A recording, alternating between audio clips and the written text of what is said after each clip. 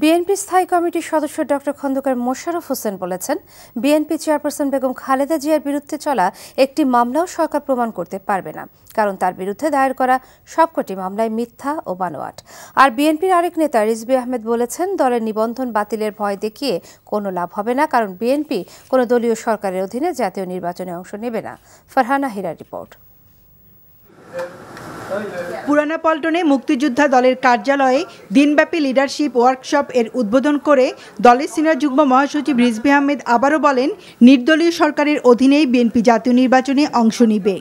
এই দেশে 16 কোটি 16.5 কোটি মানুষকে আপনি রেজিস্ট্রেশনের ফিতায় বাঁধবেন, আর সেই বেঁধে বিএনপি আপনাদের পাতানো নির্বাচনে, প্রহসনের নির্বাচনে, ভোট সেন্টারে ছাত্রলীগ থেকে মনোনীত ম্যাজিস্ট্রেটদেরকে দিবেন, ওসিদেরকে দিবেন, আর জনগণ ভোট দিতে যেতে পারবে না।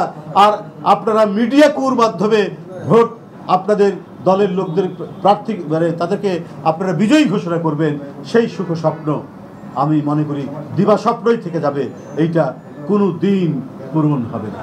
জাতীয় প্রেস ক্লাবে জাতীয়তাবাদী নাগরিক দল আয়োজিত আলোচনায় বিএনপি নেতা খন্দকার মোশাররফ হোসেন বলেন, সম্প্রতি সরকারের মন্ত্রীরা আওয়ামী লীগ সরকারের অধীনে জাতীয় নির্বাচন করা আর বেগম খালেদা জিয়াকে সাজা দেয়া হবে বলে যে প্রচারণা চালাচ্ছেন, তা মূলত বিএনপিকে মানসিকভাবে দুর্বল করতে।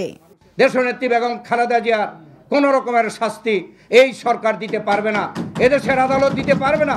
কেননা একটি মামলাও কোনো সেখানে কোনো তাদের কোনো তথ্য উপাত্ত এবং কোনো রকমের যুক্তি নেই, সবটাই বানোয়াট, সবটাই মিথ্যা। অতএব সরকার প্রমাণ করতে পারবে না।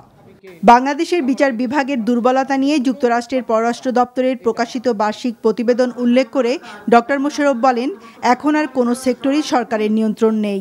জনগণের নিরাপত্তা দিতে সম্পূর্ণভাবে ব্যর্থ হয়েছে তারা। তাই প্রয়োজনে বিএনপি জনগণকে সাথে নিয়ে নির্বাচনকালীন সরকার প্রতিষ্ঠা করবে বলেও তিনি জানান। থাকতে হবে। ফারহানা হীরা, এনটিভি নিউজ, ঢাকা।